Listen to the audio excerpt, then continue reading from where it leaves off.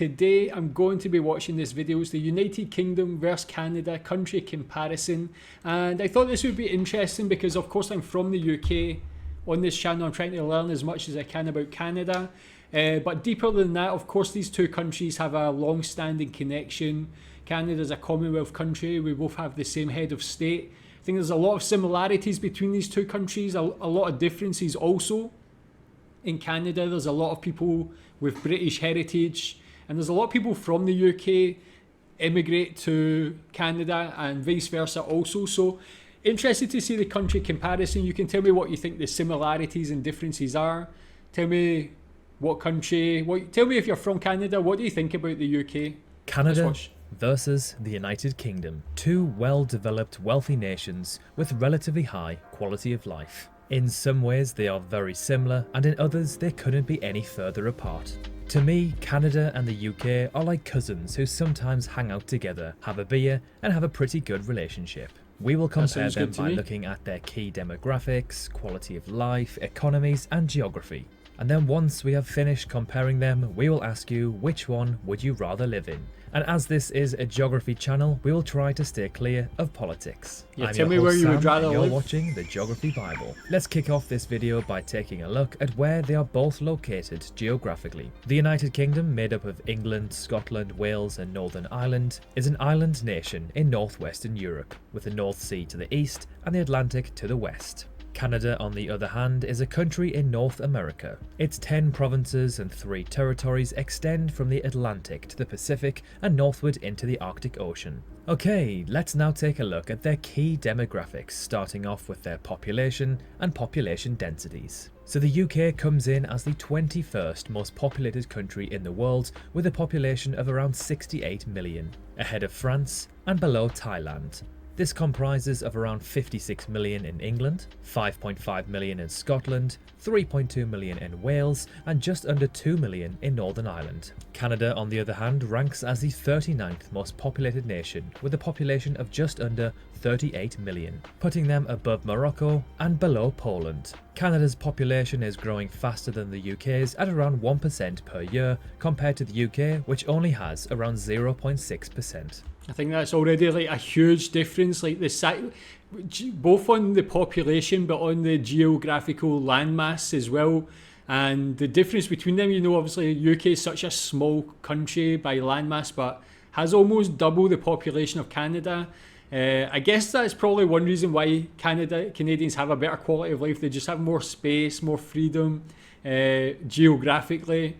The UK's most populated city, when looking at the urban area, is of course London, coming in at around 9.3 million. For Canada, it is Toronto, at around 5.5 million. When it comes... Yeah, that's interesting as well, because I hadn't considered it, but obviously Toronto's population is pretty much exactly the same as my country, Scotland's population. So for a full country to have a similar population to a beautiful city like Toronto is quite an interesting comparison. As to population densities, however, they are a country mile apart. The UK comes in at around 280 people per kilometre squared, whereas Canada has just 3.85, a monumental difference. Huge. It is worth noting, however, that London's population density is estimated to be around 5,700 people per kilometre squared. Toronto is Canada's most densely populated city at around 4,330 people per kilometre squared. So surprisingly, not too far off London. The average age across the UK is 40.5 years, with the average life expectancy at 81.2. Canada is slightly older at 41.1 and lives about a year longer on average. Let's now move on to the next section, economy and finance. Starting off with their gross domestic product, or as it's more commonly known, GDP. So at the time of making this video, coming in as the 9th largest economy in the world, we have Canada at just under 1.9 trillion US dollars, putting them above South Korea and below Italy. The UK, however, impressively sits in 5th place with around 3.1 trillion US dollars, putting them above India and below Germany. It is estimated, however, that in 2025, India will have overtaken the UK. If you are watching in 2025, then let us know in the comments if India succeeded. The UK's top 10 exports are as follows: machinery, gems, vehicles, minerals, electrical machinery equipment, pharmaceuticals, medical equipment, aircraft, organic chemicals, and plastics. That's interesting as well, I guess. With this comparison, I'm also learning things about the UK as well. I never really knew the list of exports that are our highest exports.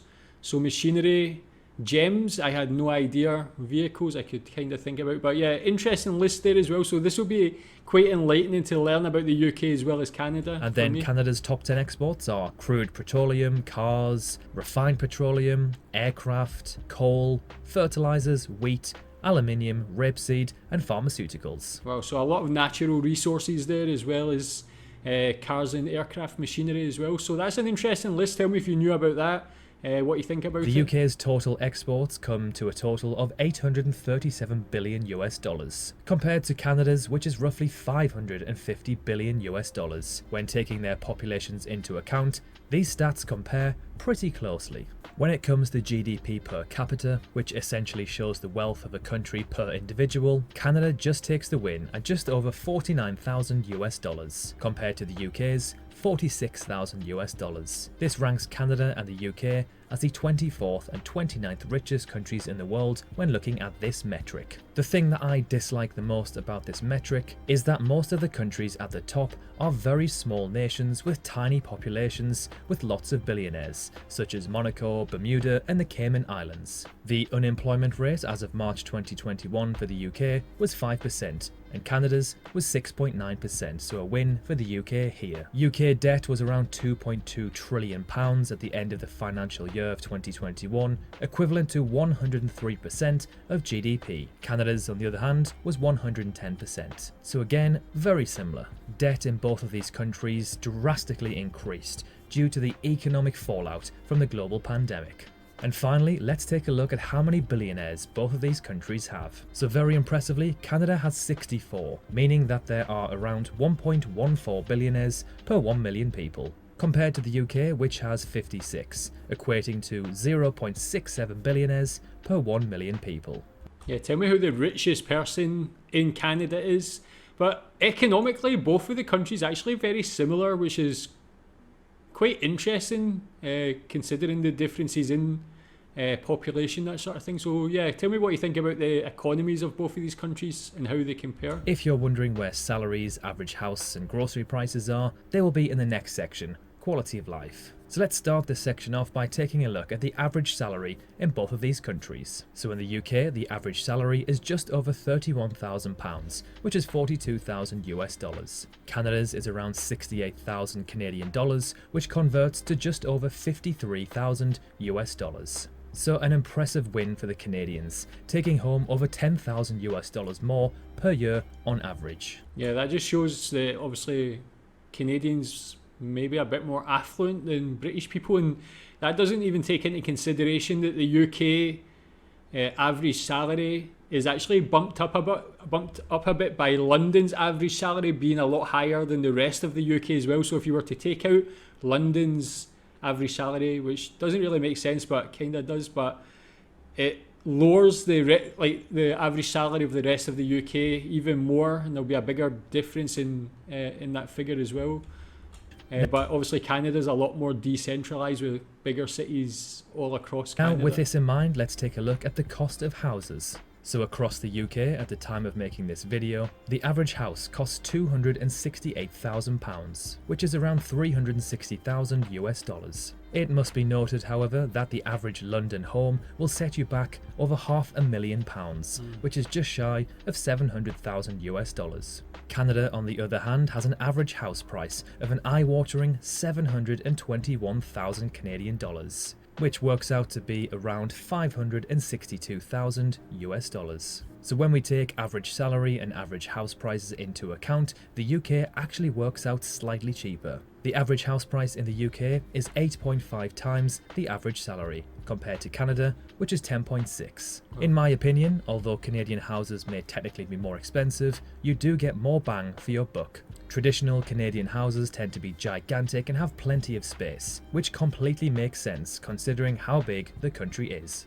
Is that a fair statement? Tell me more about When that. looking at the overall cost of living index, Canada does take the win, however, ranking as the 21st most expensive country to live in the world, behind the USA and above the Netherlands. The UK sits in 19th place, above the US and below Sweden. And that's the thing as well, especially with the cost of living increasing and being based outside of London in the UK, a lot of people struggling so bad because of that low average salary, and the costs are just pretty insane in the UK at the moment. Overall, Canada is about 6% cheaper to live in than the UK. So let's take a further in-depth look. So Canada compared to the UK is about 1% cheaper for food, 25% cheaper for transport, 40% cheaper for childcare, 10% cheaper for entertainment and sports, and 6% cheaper for clothing. However, it is 40% more expensive for groceries and about 2% more expensive for houses. According to the website Numbeo.com, which uses an advanced formula to calculate quality of life, Canada sits in 22nd place. Guess who sits just below in 23rd? The UK. It is So almost similar. neck and neck with these two countries. Canada does take the clear win when it comes to the crime index, however, ranking as the 56th safest country in the world. The UK sits in a very poor 74th. This formula uses many different variables such as drug-related crimes, robbery, violence, and level of safety walking home alone at night. The UK finally pulls one back when it comes to the healthcare index, ranking as having the 15th best healthcare system in the world, compared to Canada, which sits in 26th place. Yeah, tell me if you've lived in both countries, what you think about the health services of each country, how they compare. A lot of people in the UK complain about the NHS and the British Health Service, but clearly it's got a relatively good ranking compared to Canada there as well.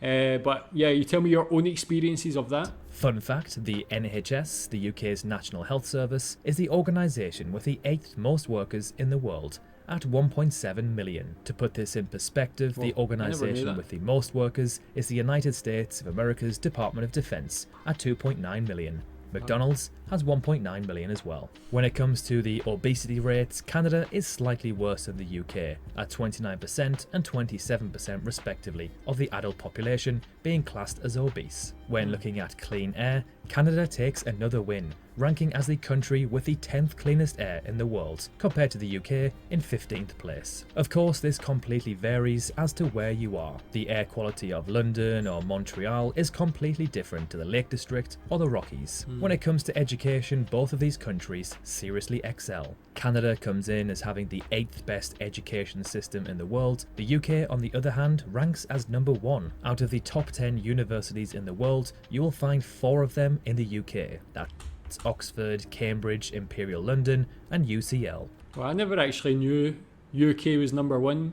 I knew it had like good universities and like high school and so on is at a decent level, but I never knew it was the number 1 in the world. Tell me if you knew Canada does not feature any of their universities in the top 10. You have to scroll down to the 26th place to find the University of Toronto. Alright, time for some geography and climate. This should be interesting. So first, let's take a look at just how big both of these countries truly are. Let's jump over to our favourite website, thetruesize.com, where you can compare the sizes of countries side by side. So as you can see, Canada completely and utterly dwarfs the UK. Canada, after all, is the second largest country in the world at around 10 million kilometers squared. The UK is around 38 times smaller at just 242,000 kilometers squared. When you see it like that, it's like quite mind-blowing to actually see how small the UK is. I mean, even Scotland itself, like just this little bit here, is probably like the size of one of these islands up here, man. It's quite